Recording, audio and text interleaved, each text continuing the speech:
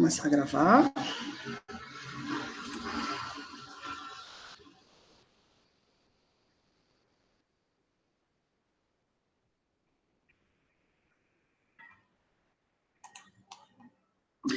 Pronto. Então, começou aqui a gravar. Primeiramente, mais uma vez, boa noite, né, a todos e todas. Sejam todos bem-vindos e bem-vindas.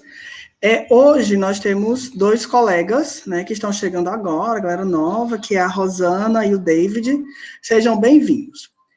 Tendo em vista, né, a chegada desses dois novos colegas, eu vou rapidamente fazer aqui uma breve explanação do que nós já vimos em aula, tá?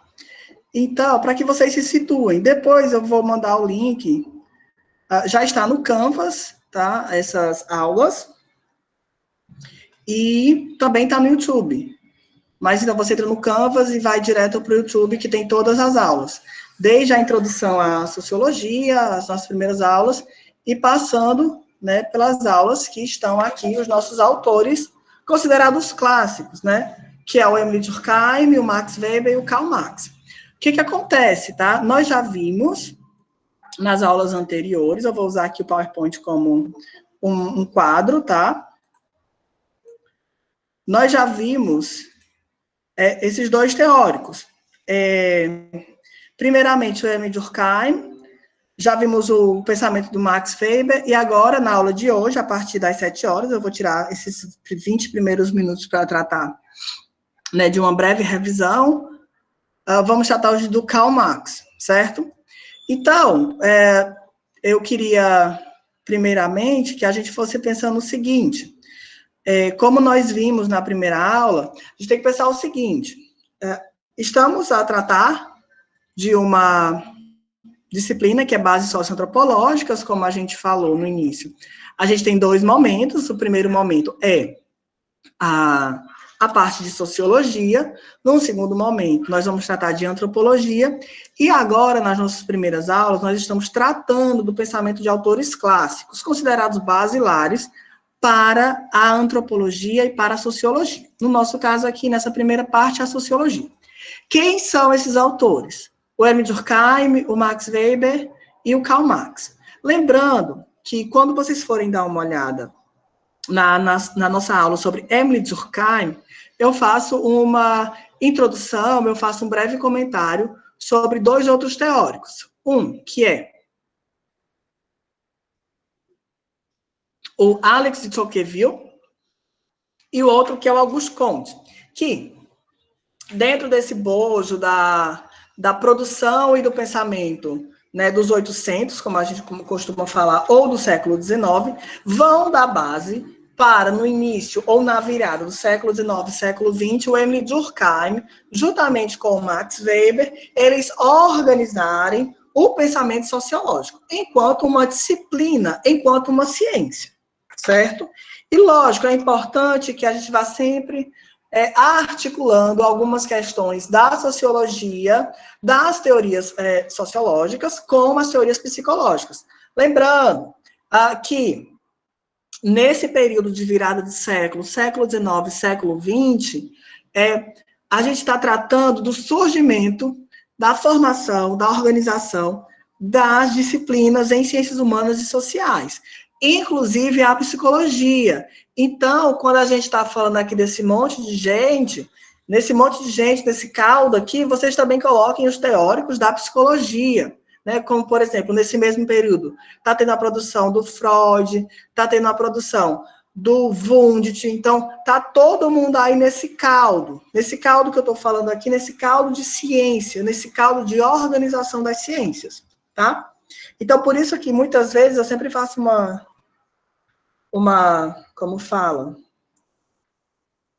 Uma intercalação entre a história da psicologia com, por exemplo, o que a gente está tratando aqui em sociologia. Um exemplo clássico é do próprio Emile Durkheim.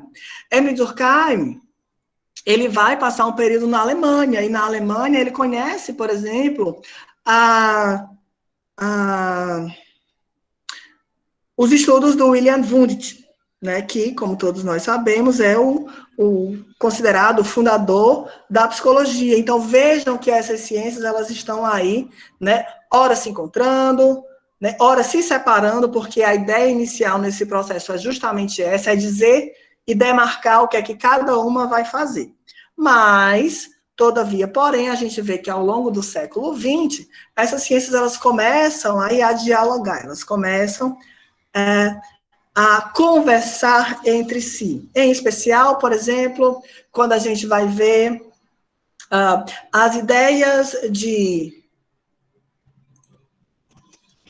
representação coletiva do Emile Durkheim, que estão diretamente correlacionadas à ideia de consciência coletiva, e mais na frente a gente vai ver, por exemplo, teóricos como Sérgio Moscovici, que vão aí apresentar ideias como as representações sociais, que tem um diálogo, né, que são, vocês vão ver isso mais na frente, mas elas têm uma correlação, uma base dentro da sociologia.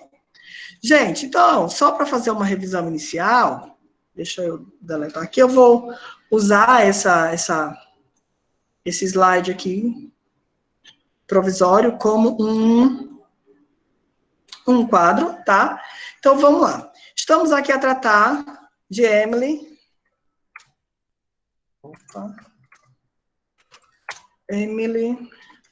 Durkheim.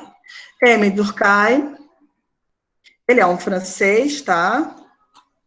Outro nome importante é o seu sobrinho, que é o Marcel Mauss. Ele vai nascer em Épinal, na França, e posteriormente se muda para Paris. Emile Durkheim, ele vai tratar de pensar o positivismo. Vocês estão vendo ou está pequeno? Deixa eu dar logo uma ajeitada aqui nesse negócio. Acho que agora melhorou. Estão me dizendo se está ok, tá? Vocês estão vendo. Aqui.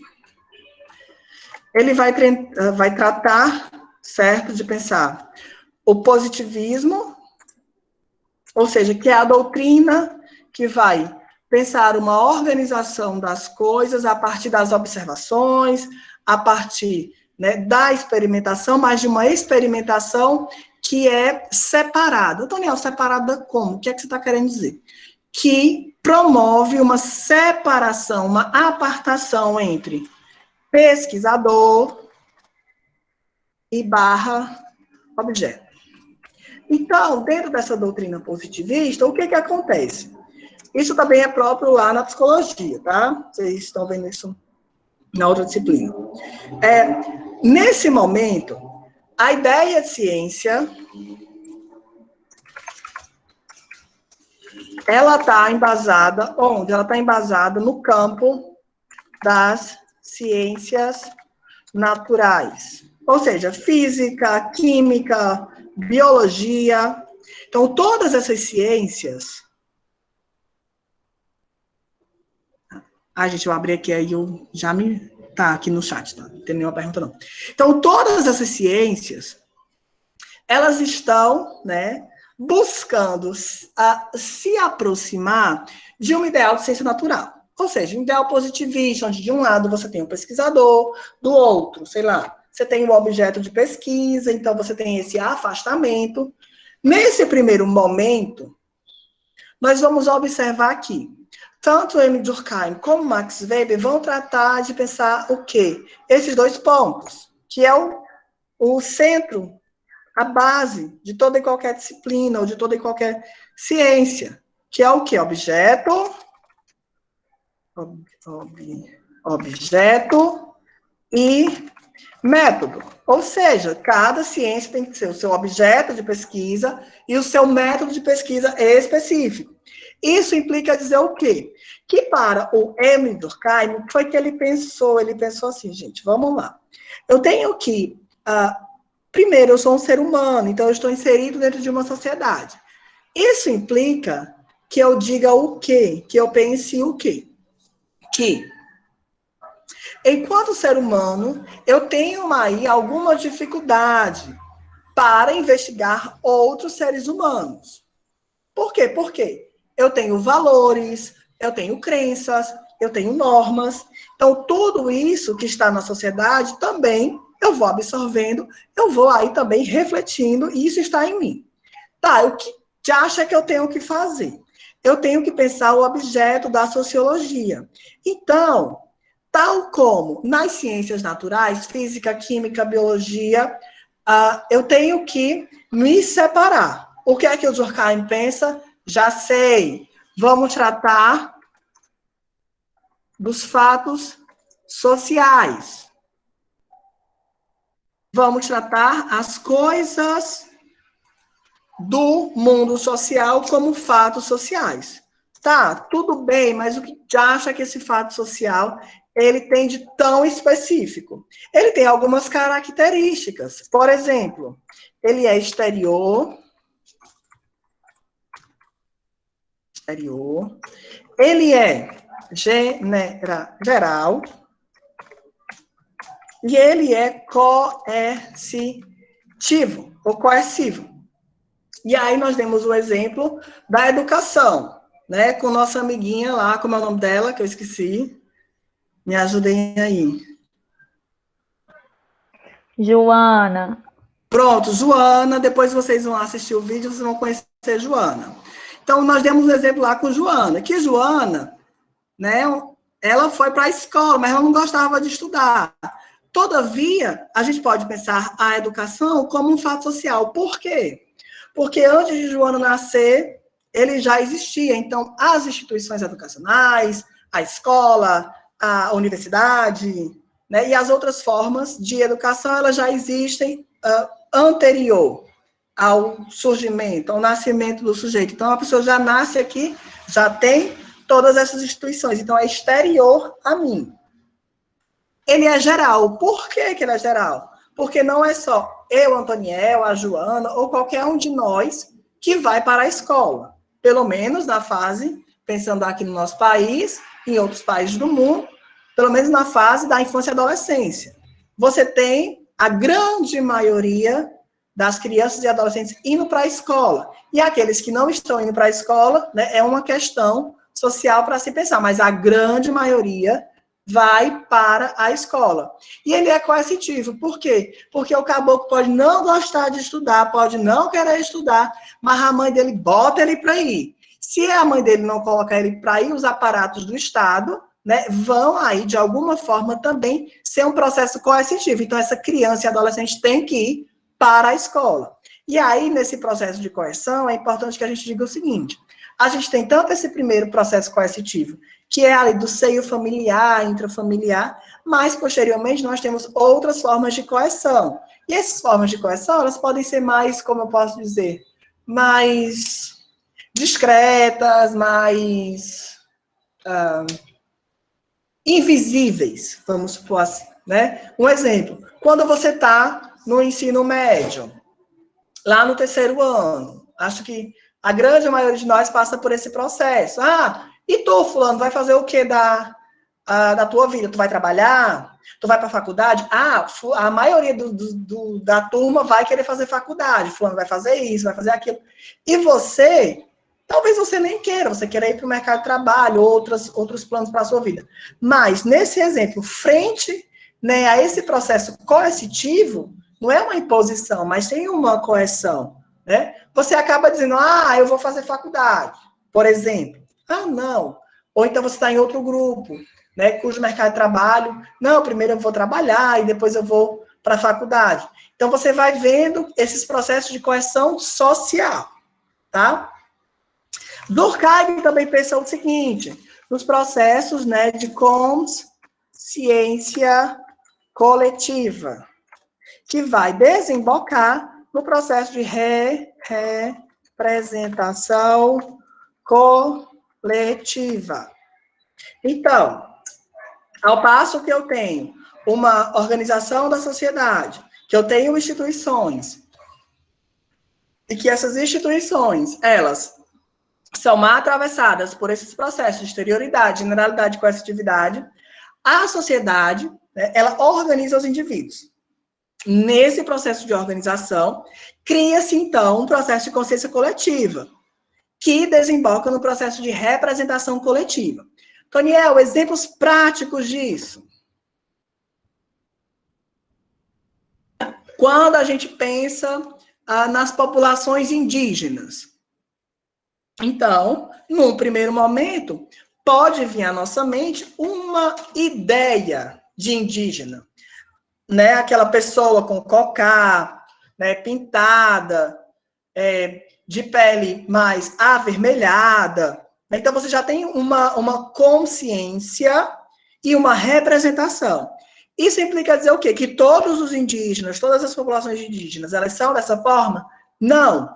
Mas, no âmbito da sociedade mais amplo, você vai ter esse processo, nessa representação. Porque as mentalidades, esse processo da consciência coletiva, ele tem que ter aí uma igualdade, não pode, por mais que tenha diferenças, ainda assim se sobressai a ideia de uma igualdade, tá? Como vocês vão ver nas aulas, tem outros exemplos, por exemplo, da casa, das populações indígenas, indianas, e aí vocês vão ver. Eu acho que, no grosso, o do Emily Durkheim é isso. Não esqueçam, tá? Quem é que não pode esquecer? Durkheim é society, ou seja, sociedade. Sociedade para o indivíduo. O que é que isso implica dizer? É que, para o Emile Durkheim, nós temos a formação da sociedade, primeiro, certo? Para depois nós termos, né, a produção do indivíduo. Ia esquecendo. Importantíssimo. Formas de solidariedade. Solidariedade. Que é mecânica barra orgânica. Então, nós temos dois tipos, tá? Orgânica. Orgânica. Pronto. O que é que isso implica dizer, Antoniel? Isso implica dizer que o seguinte, lá na sua tese, da divisão do trabalho social, o Durkheim foi analisar como era a organização das sociedades. Lembrando, é importante dizer o seguinte, sociedade para o indivíduo. Em Durkheim, nós não temos um foco específico no âmbito do capital. Ele já está na sociedade capitalista, mas essa organização de solidariedade não necessariamente toma o capital, o dinheiro, a divisão do trabalho, ou como ele chama, né, lá no francês, da divisão travailler, como base única e específica para pensar a divisão trabalho. Ou seja, o que é um pouco diferente do Max Weber e do Karl Marx, certo? Então, na solidariedade mecânica, como na solidariedade orgânica, a divisão do trabalho ela acontece em diversas instâncias. A questão do Durkheim, como vocês vão ver lá nas aulas que vocês vão assistir, é como se dá o processo de relação. Tá tranquilo? Eu vou só deixa aqui e vocês vão dar uma olhadinha. Então, lembre-se, sociedade para o indivíduo. Daniel, e aí eu já vou adiantar uma coisa da aula de hoje, que é o velho Max. Cadê, meu Deus? Cadê? Aqui, achei. Este caboclo também faz essa inferência, sociedade para o indivíduo. Daniel, o que é que você está querendo dizer? Eu estou querendo dizer que quando a gente olha o Max Weber, ele faz o contrário, indivíduo para a sociedade. Como assim? Vamos olhar agora, fazer essa revisão. Ou seja, deixa eu copiar aqui, Ctrl+C, Ctrl+V, trago para cá e inverto. Indivíduo, né? Oh, meu Deus. Para a sociedade. Bom? Como assim, Antônio? Vamos lá. Primeiramente, o que é que nós temos que pensar aqui? É uma questão. Essa questão. Ctrl+C, Ctrl+V. Inverte para cá. Essa questão é o seguinte. É que o Durkheim, botar aqui, aí eu apago. Max Weber. Émile Durkheim está na França. Lembrem-se, já temos uma sociedade industrializada, assim como na Inglaterra de Karl Marx. Então, Inglaterra e França são os dois países da Europa que têm uma maior industrialização. Max Weber vai estar na Alemanha, onde o processo de industrialização, ele é tardio. Isso implica dizer o quê? Que apenas no século XIX é que a gente vai ter esse processo de industrialização, e essa industrialização tardia vai ser um choque, vai dar um confronto muito forte na sociedade, porque a Alemanha se vê, diria, revirada no sentido de a expansão das cidades, a expansão da indústria, a nova modelagem, né, de trabalho, que é própria do capitalismo, como nós vamos ver hoje com Karl Marx, vai invadir, vai adentrar na Alemanha. E aí, né, o Max Weber vai pensar o seguinte, vai pensar diferente do Durkheim. Diferente onde? Ele também ele está pautado aqui nessa ideia das ciências, tá? Ele também está buscando essa ideia, né, de objeto e método. Só que o que é que ele diz? O que é que ele diz? Olha, qual é o objeto da sociologia? O que é que a sociologia tem que olhar? Tem que olhar as ações sociais. Quem faz essas ações? Os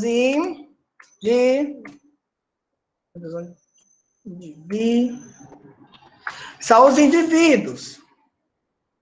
Então, aqui a gente já vê a primeira grande diferença. Vocês estão com alguma dúvida?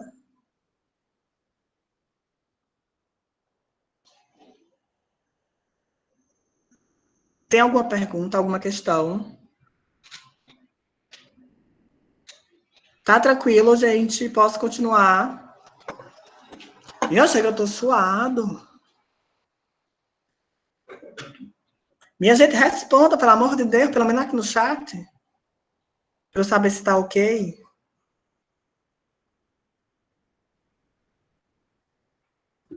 Pronto, pelo menos, pronto. Então... Tá ok, professor. Tá ótimo, pode continuar. Ótimo, então vamos lá. Então, aqui o Max Weber vai pensar as ações sociais, e essas ações sociais, elas são, antes de mais nada, pensadas por quem? Pelos caboclos que fazem a sociedade, pelo sujeito que faz a sociedade, certo? Então, esse sujeito que faz a sociedade Só um minuto, gente. O ventilador aqui deu uma caidinha. Só organizar aqui.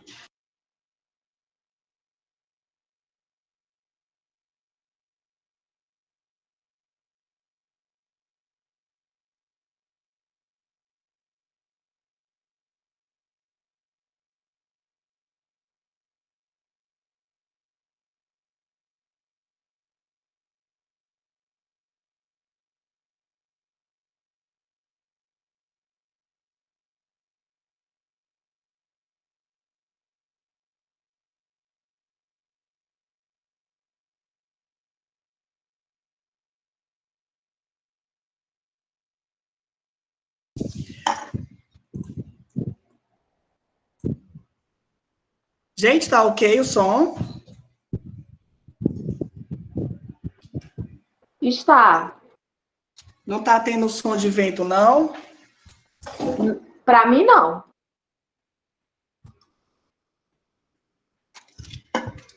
Não, então tá ok, né? Pronto. Então, como eu estava falando, então, para o Max Weber, você vai ter, antes de mais nada, o próprio indivíduo e suas ações. Lógico, essas ações, elas têm uma intenção.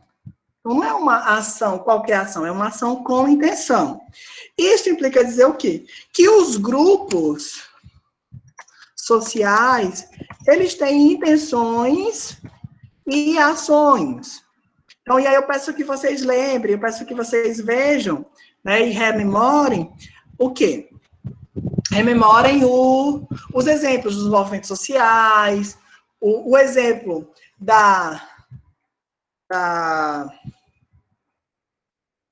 dos movimentos sociais, aquele exemplo que eu dei sobre o crime, né, da mobilização. Então, todos esses processos, eles estão ligados a essas ações sociais.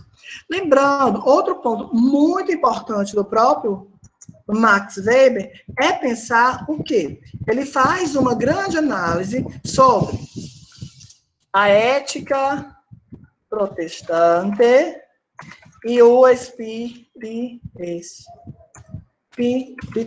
do capitalismo, certo? Isso implica dizer o quê? Isso implica dizer que ele fez uma pesquisa onde ele constatou que, né, os protestantes e suas, eu vou colocar aqui, tá? Seus valores estavam mais, eu escrevi certo, eu ia botar um sinal, mais próximos dos valores capitalistas. Diferente, né, da ética e das ideias que atravessavam o catolicismo.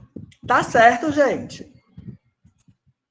Então, eu acho que esse é o pano de fundo. Olha, gastei mais certinho. 19:06, gastei 20 minutinhos para fazer essa revisão. Deixa eu fazer assim, arquivo,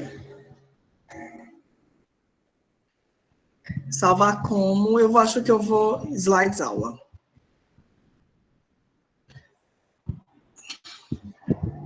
Eu vou salvar aqui em JPEG. Vou botar assim, revisão.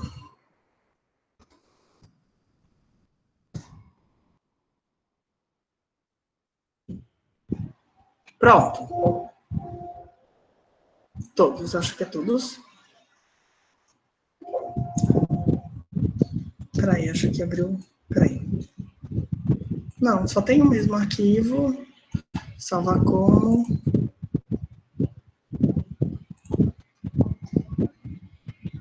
Queria salvar a imagem, né? Revisão.